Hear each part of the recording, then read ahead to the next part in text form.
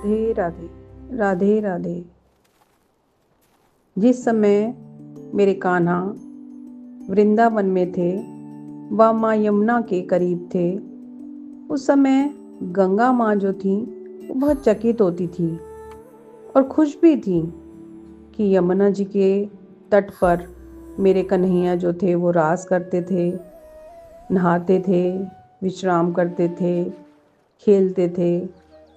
उनको कोई जलन नहीं थी, लेकिन उनकी भी इच्छा थी माँ गंगा की कि वो भी माँ मेरे कन्हैया के करीब रह सकें। तो ये गहरी इच्छा जो थी, उन्होंने प्रार्थना करी मेरे कन्हैया से और उनकी प्रार्थना सुन ली गई।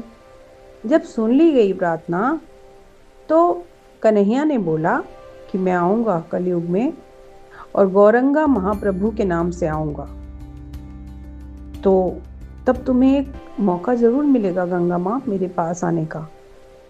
और कलयुग में चैतन्य महाप्रभु ने इनकी महिमा का जो गुणगान किया कृष्णा का, वो ऐसे था कि कन्हैया जो हैं कलयुग में 2 तरह से मिलेंगे। ये बहुत ध्यान से सुनिए। उन्होंने कहा 2 तरीके से कलयुग में हम लोगों को, मतलब हम लोग आम आदमी को, इंसानों को मिलेंगे मेरे कान्हा। एक लकड़ी की तरह और एक पानी की तरह। और जो लकड़ी के रूप में मिलेंगे वो हैं हमारे प्रभु जगन्नाथ, और जो पानी की तरह मिलेंगे वो हैं हमारी माँ गंगा।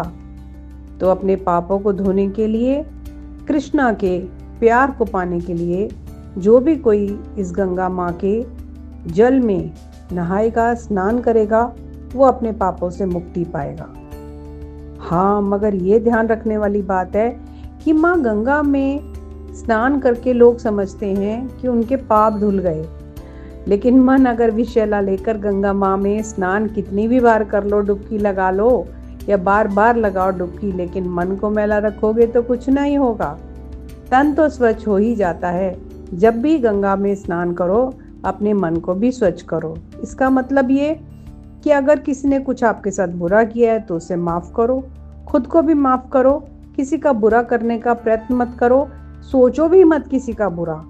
तब गंगा में डुबकी लगाने का फ़ायदा होता है, क्योंकि ये कृष्णा हैं, ये मेरे कृष्ण का अवतार हैं। उसमें डुबकी लगा के पाप मत मोल लो और पाप बढ़ जाएगा, पाप धुलेगा नहीं। अगर आपका मन स्वच्छ नहीं है तो शरीर को स्वच्छ रखने से भी कुछ नहीं होगा गंगा में डुबकी लगाने से। राधे राधे। राधे राधे।